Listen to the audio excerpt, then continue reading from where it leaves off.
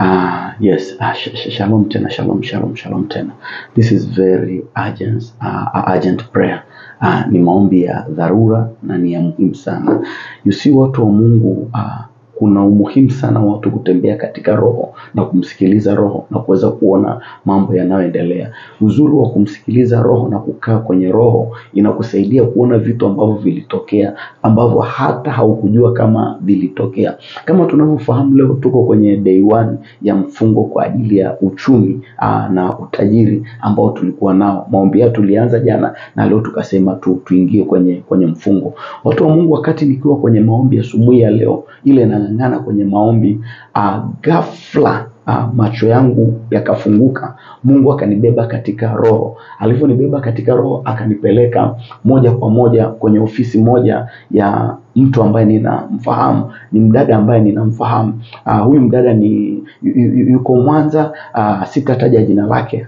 Yuko kwenye kampuni moja kubwa, ni mshirika wangu, alikuwa zamani. Kwa hiyo wakati ninaomba, Mungu akanibeba akanipeleka kwenye ofisi yake. Wakati amenipeleka kwenye ofisi yake, ghafla akanifungua macho, akaniambia, hiyo pochi unayoiona hapa imeshikwa na mtu mwingine, ni pochi ya huyu dada. Mungu akanionyesha kuna mdada alikuwa ameshika pochi yake ya nyeusi, alafu kuna kitu amekiweka kwenye ile pochi, alafu akawa anapuliza.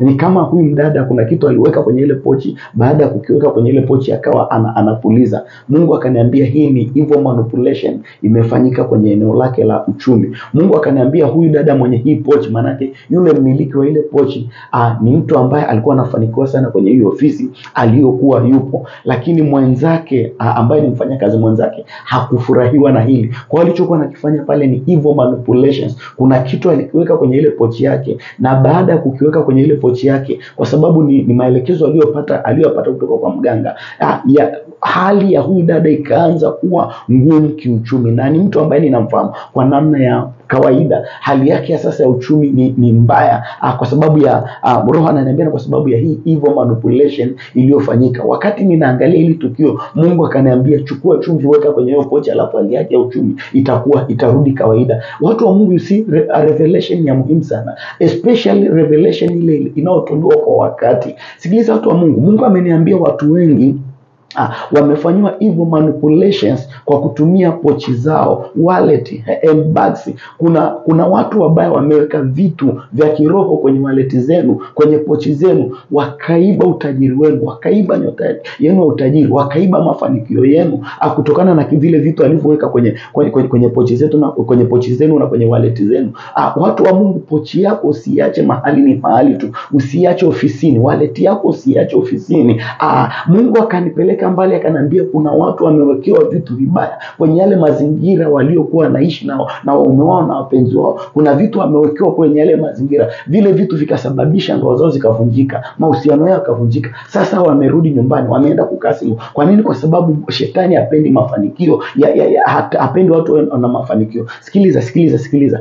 Natamani either unaamini au usiamini. Please trust me. Uwe unaamini au huamini. Naomba chukua, kama unafanya biashara, kama uko ofisini, kama umeajiriwa mahali popote pale au haujaajiriwa, chukua chumvi, weka kwenye ile uchukua chumvi kidogo, weka kwenye pochi yako, weka kwenye wallet yako, weka chumvi kidogo kule. Alafu wakati unaweka, omba Baba, kama kuna manipulation yoyote ya kiroho iliyowekwa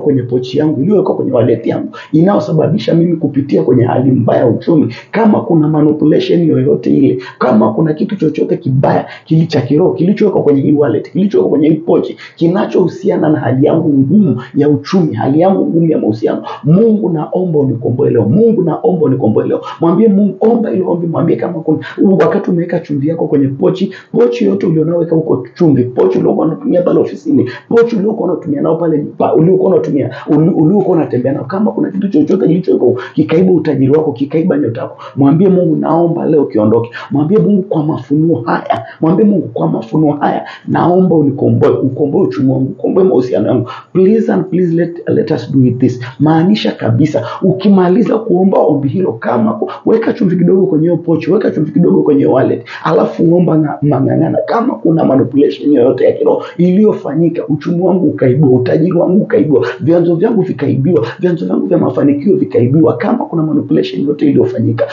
nyota yangu ya utajiri ikaibiwa, kama kuna manipulation yote iliyofanyika, fursa zangu zikafunga, wateja wangu wakaibiwa, Mungu naomba ukanikomboe leo, naomba ukanikomboe, naomba urejesho leo. Kama nilivyoweka hii chumvi kwenye hii pochi, kwenye hii wallet, naomba Mungu kukawe na urejesho. Omba ombi hilo kwa kumaanisha. Ukishamaliza hili ombi, ni la muhimu sana watu wa Mungu.